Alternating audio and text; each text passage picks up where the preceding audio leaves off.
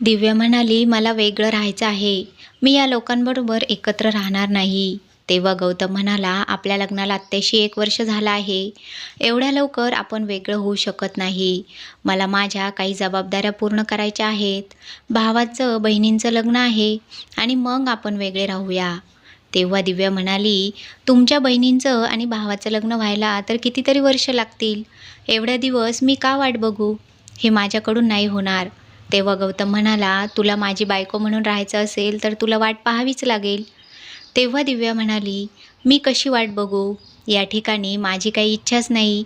मी इथे माझ्या आवडीचं खाऊ शकत नाही, ना माझ्या आवडीचे कपडे घालू शकते. काय माझी काहीच मर्जी चालत नाही. नेहमी साडी घालावी लागते. सूनबाई डोक्यावर पदर घेत जा. सूनबाई हळू बोलत जा. घरी तुझे सासरे आहेत. सूनबाई तुला किती वेळा सांगितलं शेजाऱ्यांशी बोलत जाऊ नकोस. तुमच्या आईने तर माझं जगणं अवघड करून टाकलं आहे आणि तुमच्या बहिणीने तर माझ्याशी बोलायचंच बंद केलं आहे. कोणतेही काम केलं तरी ती त्या त्यांना काहीतरी कमी दिसतंच.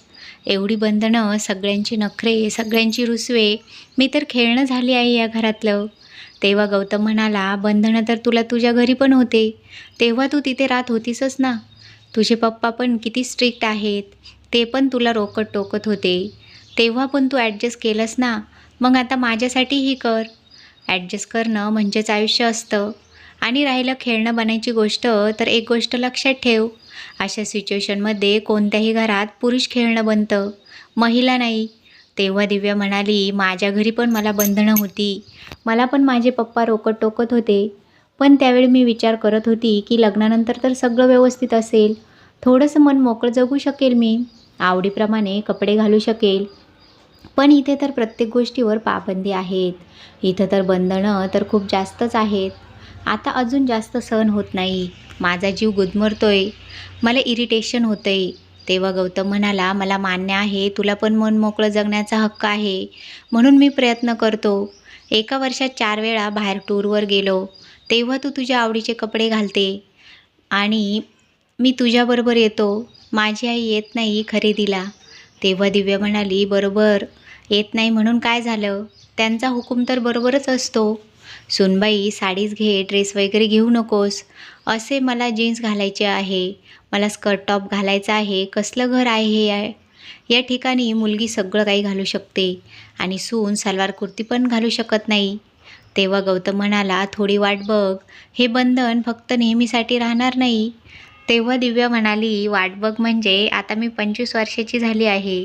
केव्हा घालणार मी? जेव्हा वय निघून जाईल तेव्हा? जेव्हा मुलं होतील तेव्हा? तेव्हा माझी फिगर पण खराब होऊन जाईल." तेव्हा गौतम म्हणाला, "स्कर्ट जीन्स घालणं आपली संस्कृती नाही.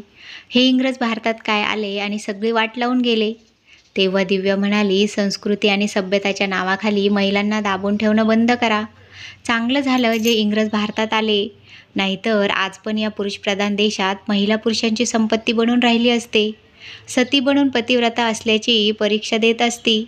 एवढे मोठे तर्क ऐकून गौतम दिव्याच्या तोंडाकडे पाहू लागला.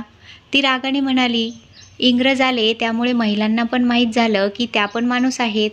नाहीतर तुम्ही लोकांना तर स्त्रिया म्हणजे उपभोगाच्या वस्तूच वाटत होत्या. पुरुष कसेही वागतील पण महिलांचे जरा पाय डगमगले तर परिवाराची इज्जत गेली." गौतम गुपचूप तिच्या तोंडाकडे बघत होता. मग हळूच म्हणाला, "तू तर म्हणत होतीस तुला ग्रॅज्युएशनला कमी मार्क्स मिळाले होते. पण तू तर कलेक्टर असल्यागत बोलत आहेस." तेव्हा दिव्या म्हणाली, "विषय बदलू नकोस."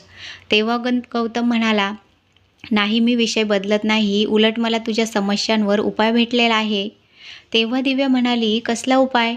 "अगं तुझ्या स्वातंत्र्याचा, तुला मोकळेपणाने जगण्याचा उपाय, तुझ्या सगळ्या इच्छा पूर्ण करण्याचा उपाय." तेव्हा दिव्या घाबरून म्हणाली, "मला घटस्फोट देणार आहेस की काय?" गौतम हसून म्हणाला, "नाही गं, तुझ्यासारख्या हुशार बायकोला घटस्फोट देऊन मला काय मिळणार? मी तर तुझ्या सोनेरी भविष्याबद्दल विचार करत आहे. मी निर्णय घेतला आहे की तू उद्यापासून सिव्हिल सेवेच्या परीक्षेची तयारी करत आहेस. मी तुला एक मोठी अधिकारी बनवणार आहे. तुला माहीत आहे मी अभ्यासात एवढी हुशार नाही, म्हणून तू माझी मस्करी करत आहेस." गौतम सिरियस होऊन म्हणाला, "तुझी शपथ, मी तुझी मस्करी करत नाही. तू या घरगुती भांडणांचं टेन्शन घेण्यासाठी जन्मलेलीच नाहीस. तू हे सासूचं बंधन आणि नंदेचं कोडं सगळं सोडून दे. उद्यापासून अभ्यासाला सुरुवात कर आता तू 25 वर्षांची झाली आहेस, काहीतरी करून दाखव. तेव्हा दिव्या म्हणाली, माझ्याकडून होणार नाही. गौतम म्हणाला, तुला करायला हवं, तुझ्यासाठी आणि माझ्यासाठी आणि हो, आपल्या होणाऱ्या मुलांसाठी. तू करू शकतेस. गौतमचं बोलणं ऐकून दिव्या पण गंभीर झाली. तिला वाटलं तिचं आयुष्य पुन्हा एकदा नव्याने सुरू झालं आहे. एक स्वप्न अचानक दिसू लागलं आहे, जे एका नवीन दिशेला घेऊन जाण्यासाठी तिला तयार करत आहे. दुसऱ्या दिवसापासूनच दिव्याने अभ्यासाला सुरुवात केली. ती एवढ्या चांगल्या प्रकारे अभ्यास करू लागली की ती स्वतःलाच विसरून गेली. पहिल्या वर्गापासून ते ग्रॅज्युएशनपर्यंत तिचा कधीच पहिला नंबर आला नव्हता. त्यामुळे तिने कधी नोकरी करण्याचा विचारही केला नव्हता. वडिलांनी पण काम करणाऱ्या मुलाशी लग्न लावून दिलं होतं. गौतमचं स्वतःचं दुकान होतं. तो पण बऱ्यापैकी कमवत होता.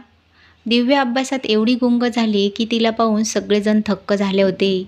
गौतमने तर हा विचार करून तिला अभ्यास करायला लावला होता की ती दुसऱ्या कोणत्या तरी गोष्टीत गुंतून राहिली तर जबाबदारीपासून थोडा आराम मिळेल. पण दिव्याने त्याचं बोलणं मनावर घेतलं होतं. दिव्याची IASमध्ये तर निवड झाली नाही, पण सिव्हिल सेवा टेस्टमध्ये ती टॉप आली होती आणि SDM झाली. तिचं यश पाहून सगळे दंग झाले होते. एका मोठ्या पदाचा भार तिच्यावर आल्यामुळे ती खूपच बदलून गेली होती. एके दिवशी गौतम तिला म्हणाला, आता तरी तू खुश आहेस ना?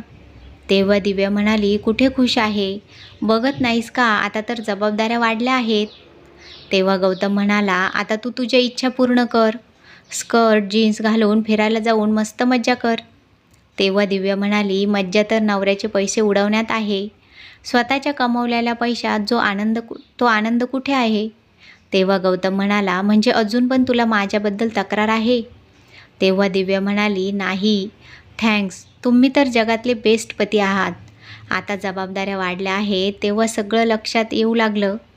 गौतम म्हणाला, काय? दिव्या म्हणाली, हेच की सुंदरता तण दाखवण्यात नाही तर तण लपवण्यात आहे. आनंद आपल्या लोकांपासून वेगळा होऊन जगण्यात नाही तर आपल्याबरोबर हसण्यात आहे. मला माझ्या पाठीमागच्या वागण्याबद्दल माफ कर. तो म्हणाला, मी तुझ्यावर प्रेम करतो आणि माझ्या परिवारावरही खूप प्रेम करतो. तुझ्या बोलण्याचा मला कधीच राग आला नाही. एका नवऱ्याला परिवार आणि बायकोला बरोबर घेऊन चालणं खूप कठीण असतं. मला तर दोन्हीही हवे आहेत, म्हणून तुझ्या डोक्यात हे घातलं. तुला एक वेगळी दिशा दिली, त्याचा मला डबल फायदा झाला. आज माझ्याजवळ माझा परिवारही आहे आणि माझी बायको देखील. गौतम पुढे म्हणाला, भावाचं लग्न तर झालं आहे. पुढल्या महिन्यात बहिणीचं पण होईल. तिच्या घरी जाईल. तेव्हा दिव्या म्हणाली, तुमची बहीण तर अजूनही माझ्याशी बोलत नाही आणि काही दिवसांनंतर ती तिच्या सासरी जाईल. तुम्ही आम्हा दोघींमधला गैरसमज दूर का करत नाही? तेव्हा गौतम म्हणाला, तू तर आता एवढी मोठी झाली आहेस. तू स्वतःच्या समस्या आता स्वतः सोडव. जर एवढीशी समस्या तू सोडू शकली नाही तर सरकारी कार्य कसं करू शकणार? आता तू एक सरकारी अधिकारी आहेस. मोठमोठे निर्णय कसे घेणार? तेव्हा दिव्या म्हणाली, मला घरामध्ये वाद नको आहे.